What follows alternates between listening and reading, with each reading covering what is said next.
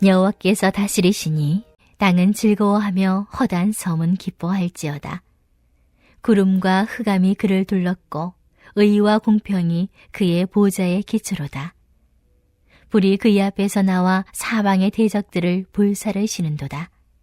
그의 번개가 세계를 비추니 땅이 보고 떨었도다. 산들이 여호와의 앞 곧 온 땅의 주 앞에서 밀랍같이 녹았도다.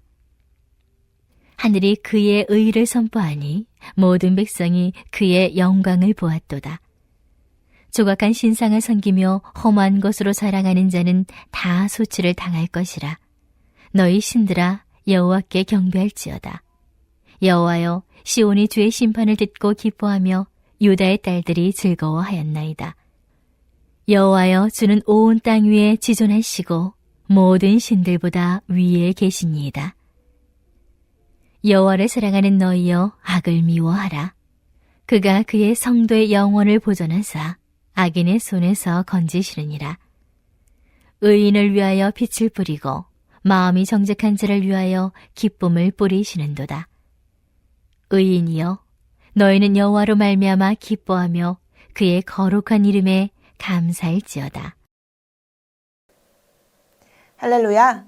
오늘도 말씀으로 하루를 여는 모든 성도님들의 삶에 여호와로 말미암는 기쁨이 충만하시기를 축복합니다. 여러분, 우리는 기뻐하라 라는 말을 참 많이 듣습니다. 성경에서도 우리에게 기뻐하라, 항상 기뻐하라, 주 안에서 기뻐하라 라고 이야기하지요. 그런데 우리의 현실은 어떻습니까? 기뻐하고 싶지만 기뻐할 수 없는 날들이 더 많은 게 사실입니다. 상황은 어렵고 마음은 무겁고 문제는 여전히 우리 앞에 그대로인데 기뻐하라 라는 말을 들으면 그 말이 잘 와닿지 않을 때가 더 많습니다. 오늘 우리가 읽은 시편 97편도 사실은 그런 상황 속에서 주어진 말씀입니다. 우리가 읽은 성경에는 표제가 따로 나와 있지는 않지만 고대 헬라어 번역 성경인 72역에는 포로 이후 그 땅이 회복될 때라고 나와 있습니다. 즉, 오늘 우리가 읽은 이 시편 97편은 바벨론 포로 이후의 상황 속에서 읽어야 하는 말씀이라는 것입니다. 그렇다면 이때의 상황은 어떠했을까요?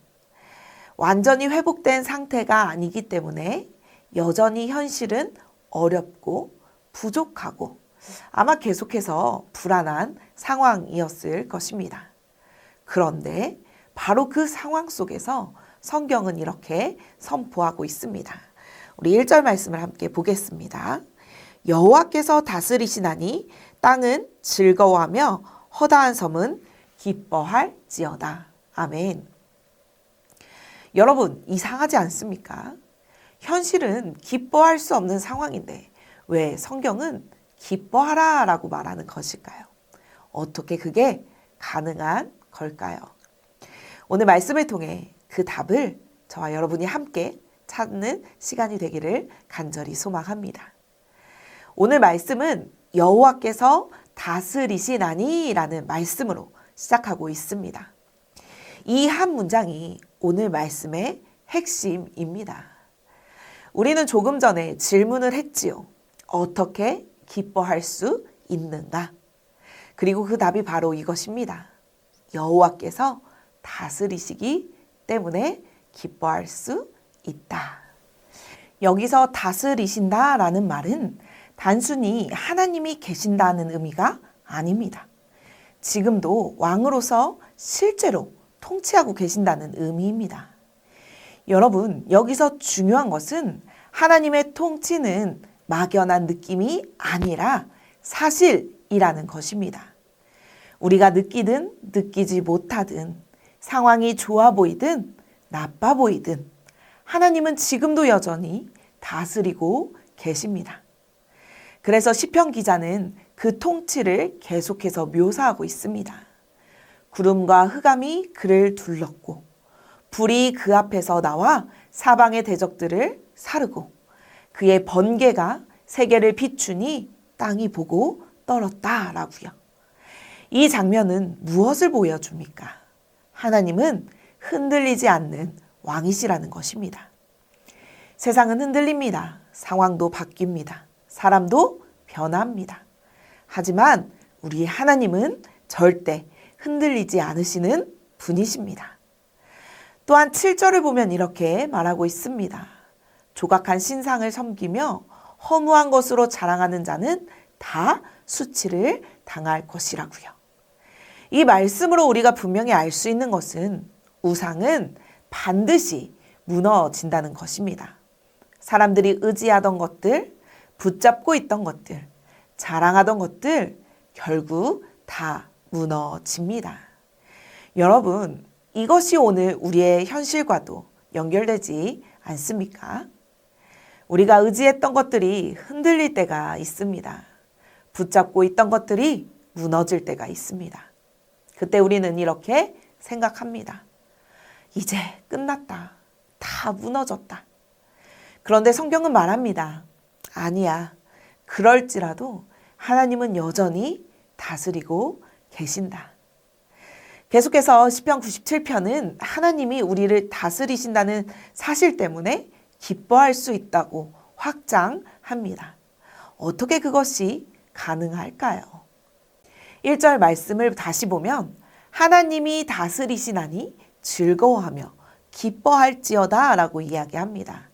여러분, 여기에서 순서가 중요합니다. 세상 사람들의 기쁨은 어떠할까요? 상황이 좋으면 기쁘고 상황이 나쁘면 기쁘지 않습니다. 그런데 성경이 말하는 기쁨은 어떠합니까? 하나님의 다스리심이 있기 때문에 기뻐할 수 있다라고 선포합니다. 상황이 아니라 하나님의 통치가 기쁨의 이유가 되는 것입니다.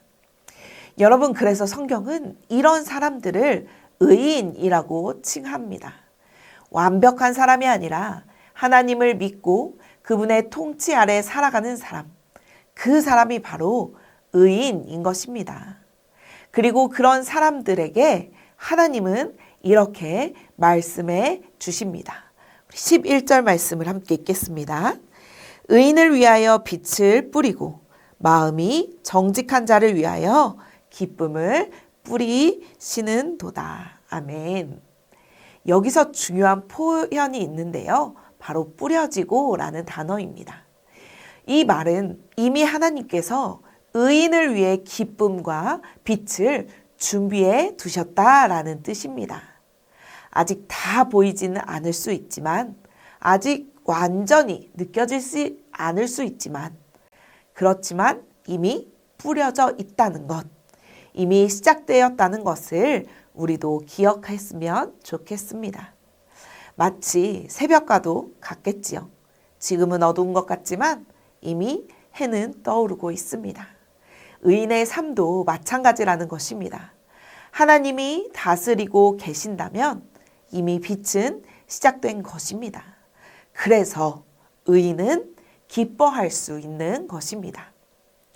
그렇다면 이제 우리의 삶을 한번 돌아보기를 원합니다. 과연 우리는 무엇으로 기뻐하며 살아가고 있습니까? 정말 하나님으로 인하여 기뻐하고 있습니까? 아니면 여전히 다른 것으로 기뻐하고 계십니까? 여러분, 우리는 이미 무언가로 인해 기뻐하며 살아가고 있는 사람들입니다. 그런데 문제는 과연 나는 무엇으로 기뻐하고 있는가입니다. 어떤 사람은 성공으로 기뻐합니다. 또 어떤 사람은 사람의 인정으로 기뻐할 수도 있겠지요. 또 어떤 사람은 관계와 결과로 인해 기뻐합니다. 그런데 그것들은 언제든지 흔들릴 수 있다는 것을 기억하시기 바랍니다. 또한 흔들리고 무너질 때 우리의 기쁨도 같이 무너질 수 있습니다. 하지만 오늘 말씀은 우리에게 분명하게 말하고 있습니다. 여호와로 말미암아 기뻐하라. 상황이 아니라, 결과가 아니라, 사람이 아니라 하나님으로 인해 기뻐하라 라는 것입니다. 왜냐하면 하나님은 지금도 우리를 다스리고 계시기 때문입니다. 사랑하는 전주 안디옥교회 성도 여러분, 오늘 하루를 살아가면서 상황을 보며 흔들리지 마시기 바랍니다. 눈에 보이는 것을 따라 기뻐하지 마십시오. 다만 보이지 않지만 분명한 사실, 하나님이 우리를 다스리고 계신다. 이 사실을 붙잡고 오늘도 여호와로 말미암아 기뻐하는 의인의 삶을 살아가는 저와 여러분들이 되시기를 주님의 이름으로 간절히 축원합니다. 우리 시간 함께 기도하겠습니다. 말씀을 붙들고 먼저 기도하기를 원하는데요. 주님, 우리가 상황이 아니라 하나님으로 인하여 기뻐하는 삶을 살게 하옵소서. 하나님이 지금도 우리를 다스리고 계신다라는 이 사실을 우리의 삶 속에서 붙들며 우리가 의인의 삶을 살아가게 해달라고 이 시간 함께 기도하겠습니다. 또한 다가오는 부흥회를 위해서 마음을 모아 기도하겠습니다. 강사 목사님을 통해 전해지는 말씀이 우리 교회 가운데 살아 역사하게 해달라고, 참석하는 모든 성도님들이 하나님을 깊이 만나고 무너진 신앙이 회복되는 시간이 되게 해달라고 이 시간 간절한 마음으로 함께 기도하겠습니다.